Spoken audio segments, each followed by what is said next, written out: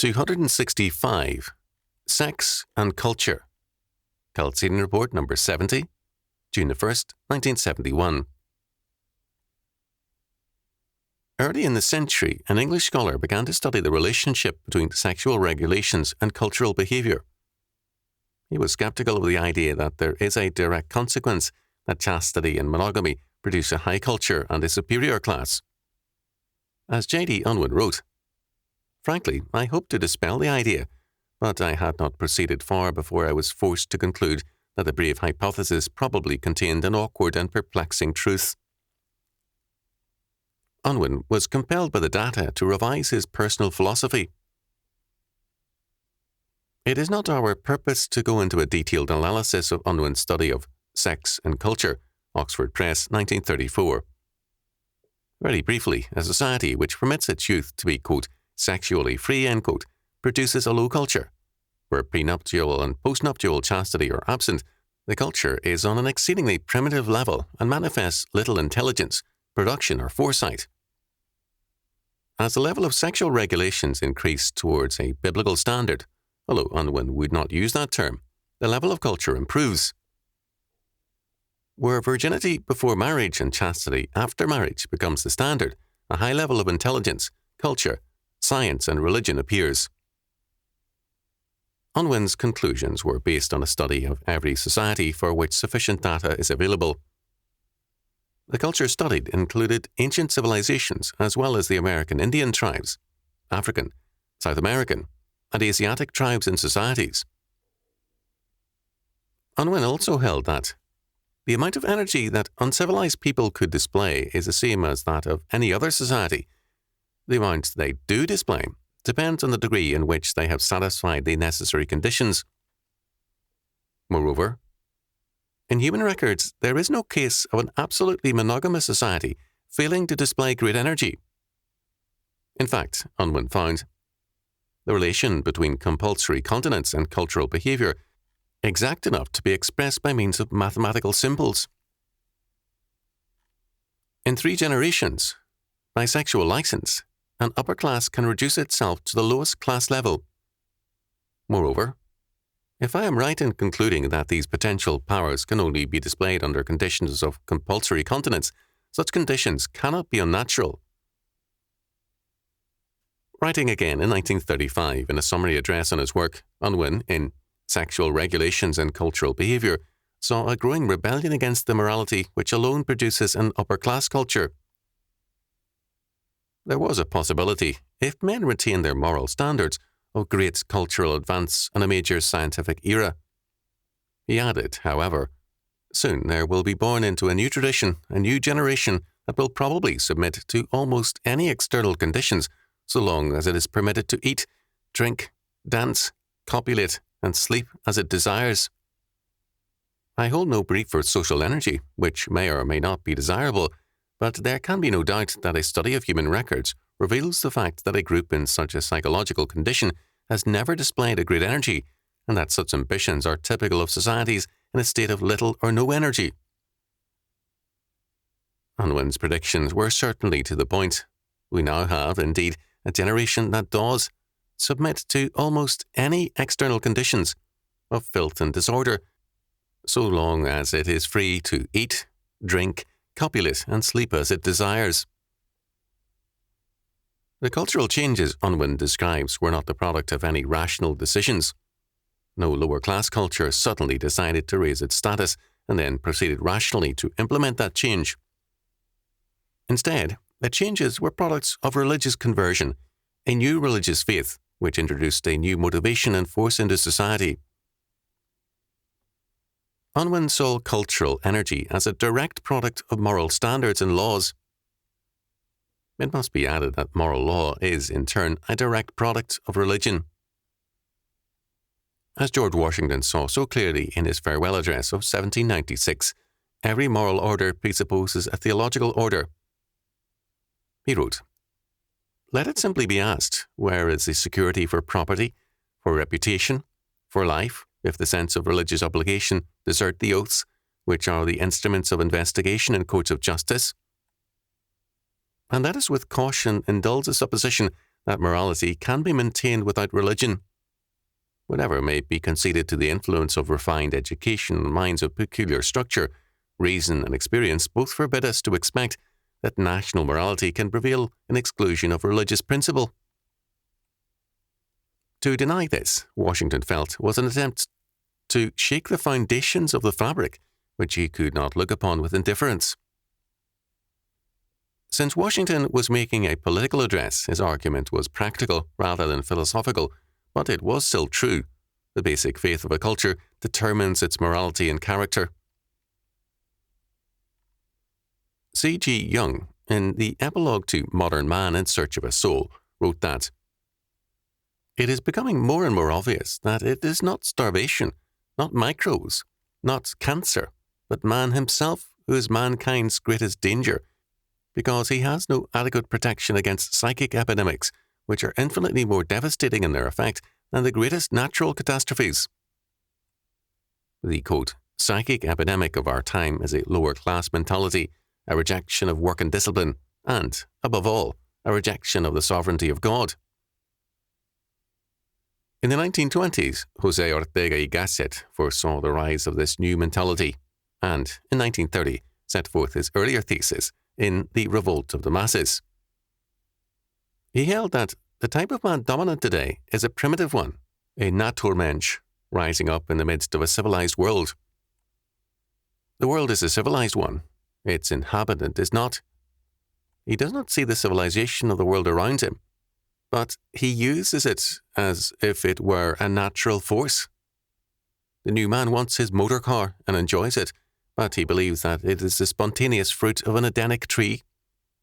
In the depths of his soul, he is unaware of the artificial, almost incredible character of civilization, and does not extend his enthusiasm for the instruments to the principle which made them possible. The scientific specialist of our day is also a barbarian. He believes that civilization is there in just the same way as the earth's crust and the forest's primeval. As a result of this abandonment of, quote, principle, end quote, Ortega said that Europe has been left without a moral code. Of the talk then of a new morality, Ortega said, "When people talk of the, quote, new morality, end quote, they're merely committing a new immorality and looking for a way of introducing contraband goods." Ortega, Unwin, and others have seen the issue, but they have not looked to the answer. The morality or immorality of our day is a lower-class phenomenon. It is a present-oriented perspective which considers the future irrelevant and the present all-important. John Lukács, in The Passing of the Modern Age, has made an important point with respect to property. Ownership or property has lost its importance in modern society, and consumption has replaced ownership as a goal, but consumption itself has failed to satisfy modern man. We can add that consumption is a lower-class goal. It is present-oriented entirely, whereas ownership or property is a future-oriented and upper and middle-class goal. It represents work, planning, and capitalization. This lower-class morality cannot be replaced by a lower-class religion. Even at its best, the, quote, Jesus movement, end quote, is almost entirely lower-class in nature because it substitutes emotionalism and enthusiasm for discipline and work. A man's religion can be defined as what he has when he is tired, discouraged, and disappointed, when hope and success are stripped from him. Then his spiritual capital, or lack of it, is in evidence. The average so-called Christian today has little or no spiritual capital when his happy meetings, his lovely choirs, his beautiful churches and his robed clergy are taken away from him. Not surprisingly, in his religion, he is consumption-oriented and lower class. Just as in the realm of politics, he wants the state to provide him with cradle-to-grave security, so in the realm of the church, he wants a similar provision. He wants to remain a babe in Christ, endlessly fed pious pap and given a religion, whether, quote, evangelical, end quote, or, quote, liberal, end quote, which satisfies his appetites as a consumer. The fallacy of socialism is that it assumes that society's problem is essentially one of distribution and consumption. It fails to recognize the priority of production And, as a result, every socialist society is beset by problems it cannot solve. The future has a habit of becoming today, and the consumption-oriented man eats up his inheritance from the past and sells out his future in order to enjoy today. Thus, much more than a religious revival is needed. What is required is a serious application of fundamental faith to every area of life. Thought, work, and discipline are required, and the patient work of reconstruction. The smorgasbord principle is good eating at times, but, applied to religion, is false. Man is not sovereign. He cannot pick and choose what he wants to use in religion. God is absolute Lord and sovereign, and man must obey him, whether it pleases man or not, and he must obey in everything God requires of him. Because of this smorgasbord principle in religion, a systematic theology is denied today because it requires assent to the sovereign God. A good way to see what modern thought means is to listen to black leaders. They echo simply, directly, and bluntly the basic faith and morality of modern man. John R. Coyne, Jr., in the Kumquat Statement, 1970, cites a black student who was involved in serious acts of violence at San Francisco State University as saying, "I've been denied so long that anything I take is right." This is a familiar and old refrain heard by many pastors and counselors as they deal with men and women seeking self-justification. The most affluent people of all history reek with self-pity. This cancer of self-pity is today apparent in the blacks, the hippies, parents and children, and in virtually all peoples in our society. Not surprisingly, with a lower-class generation, we are in difficult times, and many hold it against God that all is not sweetness and light. They want to walk by sight and have all problems eliminated in advance. Spurgeon wisely observed, "If we cannot believe God when our circumstances appear to be against us, we do not believe him at all. We trust a thief as far as we can see him. Shall we dare to treat God in that fashion?" Reconstruction must begin with our faith. It must continue into our institutions, Christian schools, homes, churches, and vocations. In 1940, Unwin in Hapusia, or The Sexual and Economic Foundations of a New Society, saw less hope for civilization than in 1934. Writing in Hitler's and Stalin's day, he saw America as the most degenerate of the white nations. While few Americans would agree with that judgment, his comment on the world scene is of interest. The power of thought has diminished. The press dictates, suggests, insinuates. A collection of highly selected data masquerades as news, giving a false impression of events. There is little real mental activity, although there is a great deal of talk. The mob falls a ready prey to the oratory of demagogues who, in their will to power, create dissension in order to secure their ends. Numbers, that is, quantitative criteria, rule everywhere, and since the rule by numbers always implies a rule by force, force is a weapon the governments use more and more. In international relations, the rule of force is covered by words of idealism, but it is there.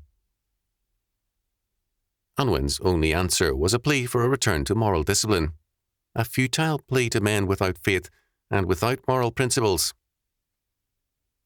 Unwin's plea was pragmatic, not principled. Because reconstruction must be principled, it must begin with God as man's priority. "And thou shalt love the Lord thy God with all thine heart, and with all thy soul, and with all thy might." Deuteronomy chapter 6, verse 5, Luke chapter 10, verse 27. It must then apply God's priorities to man's life and world, to his institutions and his practices.